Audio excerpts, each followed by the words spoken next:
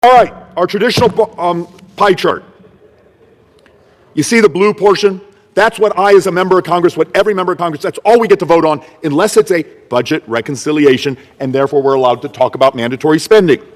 Understand, this blue area, every dime is borrowed. And about $500 billion of Medicare, other things.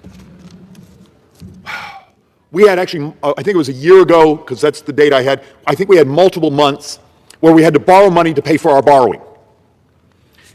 Now, it will change because we just had our month of tax collection we're in.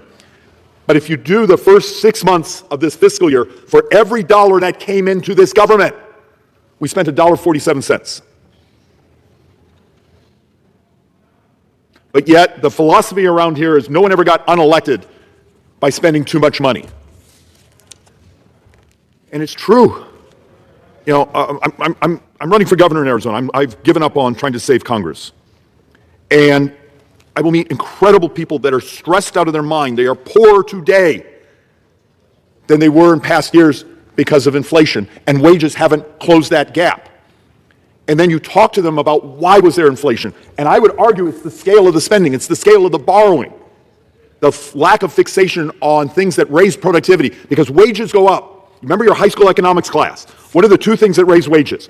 Inflation, well, that doesn't get you anything, but it raises wages, but your purchasing power gets eaten away. And productivity. We're starting to see the productivity curve, and I would argue much of that's because some of the things we've done in the tax legislation over the last year. But we still haven't closed the gap from the Biden inflation years. My brothers and sisters in Arizona, if you're in the working class, you are poorer today when we do your purchasing power than you were 5 years ago. And yet we have another problem. This here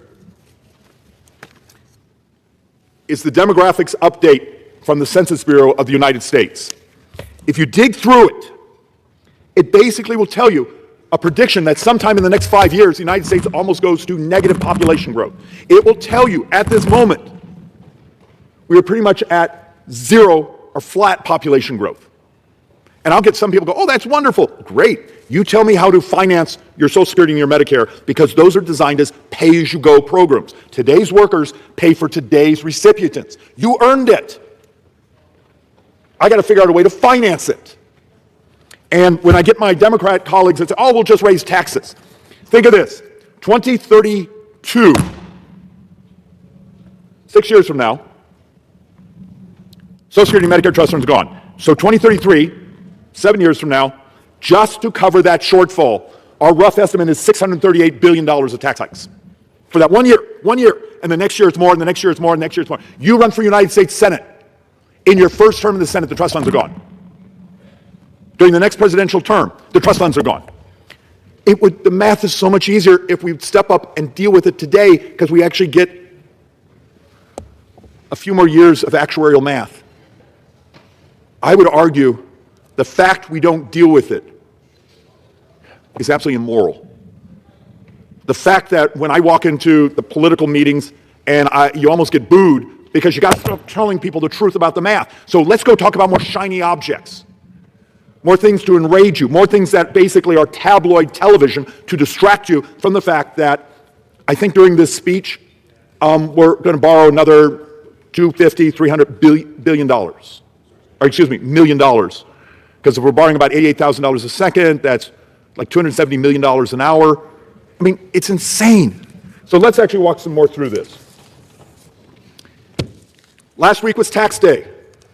If you, as just a regular, middle-of-the-road American, middle income, those things, the actual everything, the day after tax day was your tax freedom day. If you add up the federal income tax, the state income tax, property taxes, those things. That's where we're at.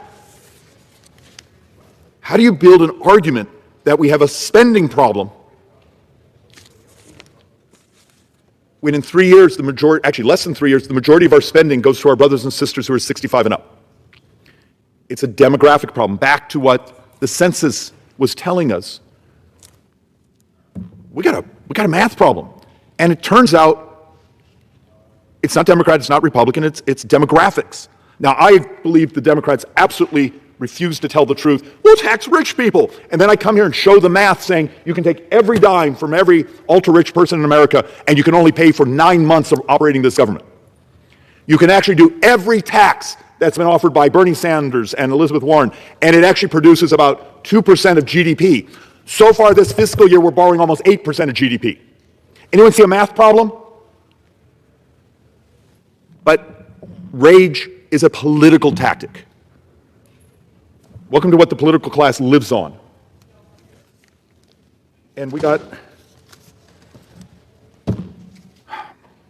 if you take a look at net receipts, the reason I show this chart is we're going to have to do something that's also really difficult. The majority of income to your federal government comes from income taxes. But if you look at our economic growth, much of our growth right now is because of building data centers and capital projects. We got a problem. When this dark purple here, that's individual income taxes. This lighter blue here, that's what we call payroll taxes. That's your Social Security contribution, that's your Medicare contribution, that's your unemployment contributions. So this over here, when you start to actually look at these much smaller pieces, that's corporate income taxes. That's customs duties. We got a tax problem because this is fairly stagnant. Why is it stagnant? It's because labor force participation, our brothers and sisters are getting older. They've saved up their money. They're able to retire. The growth in the economy is substantially because of capital expenditures, not of wage growth.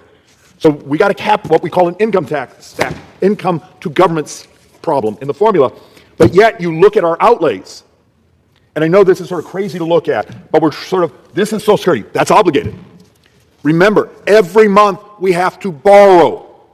Social Security holds, think of them as treasury bills.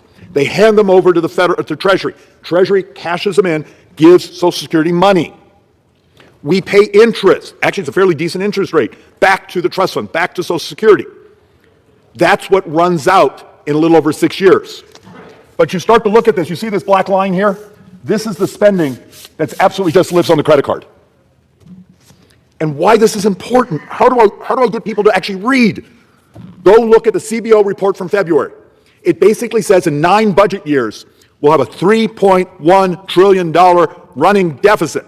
1 trillion is structural, meaning we are overspending by $1 trillion, but another 2.1 is just interest. And that was assuming the interest rates from the end of last year. You're heading towards a time where interest, now it's a decade plus out, interest will be the single biggest cost in this government. Interest will be our that buys you what? Well, if you hold people, and I'll get people saying, well, foreigners, the vast majority of debt is held by us. I used to be Maricopa County Treasurer years ago. We would actually take the tax collections from our school districts, from the 3,300 taxing districts I had. Maricopa County is a huge, huge, huge county. And we invest in T-bills and full faith and credits and those things to keep the money safe but also get a little bit of interest. China, other governments have been slowly getting rid of U.S. debt because they need it just to cover their own spending. And my fear is the extraordinary privilege that we have as a country. It's really 2 things, Mr. Speaker. We are the reserve currency of the world, meaning the world trades in our currency. It's one of the reasons there's such an appetite for U.S. debt, because they need that debt. You're actually seeing some discussions right now as the war is going on of some countries not having enough U.S. currency for their pledges and the opportunity to offer swaps and those things. That's just the plumbing of money around the world. What happens if we lose full faith and credit? Or we start being the reserve currency, or just become at less, where you need much fewer dollars because there's other baskets or commodity backed. That's a real problem because our interest rates go up. The second extraordinary privilege we have, which we're going to have an honest conversation, a way to exploit it, is smart people, productive people, entrepreneurial people want to do business here. They want to live here. This is an amazing country. President Trump talks about this repeatedly. We're insane often. We educate people at our institutions. Wait, you have an engineering degree. Go home. We're sending you out of the country to compete with us. Did I mention we're basically at 0 population growth? I did a presentation a couple weeks ago showing the abstract, a really interesting, I think it was Manhattan Institute, did this report saying populations that Biden allowed to come across the border, if we do the means, the calculations, that costs us about $100,000 per person in additional actual lost spending. But someone that we keep here, that we just educated, they have an engineering degree, master's degree, graduate degree, we make $3 million in taxes off them. You cannot make the unified theory of stabilizing U.S. borrowing unless you adopt technology, unless you do a massive reform of how healthcare is spending, legalize competition, this concept of the creative destruction that used to drive the next generation of innovation. Think about it. I think this Congress, if Blockbuster Video had come in here, handed out enough checks and hired enough lobbyists, we would have slowed down the internet to stop Netflix. We live the destruction all the time, and we've almost stopped it. Remember, the lobbyists I was just complaining about running, many of them are wonderful people. They're nice. They're hired to do their job. It's part of the First Amendment. You have the right to actually petition your government, tell a story, those things. But often it's money or block my competition. We need to deal with the reality. The rest of the world is stealing our smart people, many of the ones we educate. We need them here because we need their productive capacity. We've got to start growing. Remember the whole wage thing? Wages go up by productivity. We need them. And then we need to convince the debt markets. We're going to do something on debt because, Mr. Speaker, another fun point you'll like. Today, Greece can sell a 10-year bond cheaper than the United States.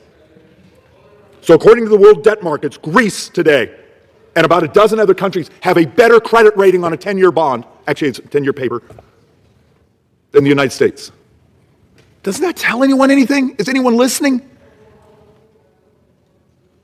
But it's an election year. So maybe it's just another year of avoiding the truth, not saving the future, basically saying whatever's necessary to win the next election. I have found, look, I'm in a 50-50 district. I campaign on fiscal sanity. Turns out if you tell people the truth, the voters are often so much smarter than the elected class. They get it. They don't like it. But wouldn't it be amazing if our campaigns were run on, here's my idea to save Social Security, here's my ideas to save Medicare, here's my idea to grow the economy, here's my idea to save the future for our kids and your retirement. But instead, we're going to run our campaigns beating the ever-living you-know-what out of each other, just like you've seen some of the other presentations here on the floor already today, where it's personality wars. Because that's what will get you on cable news tonight.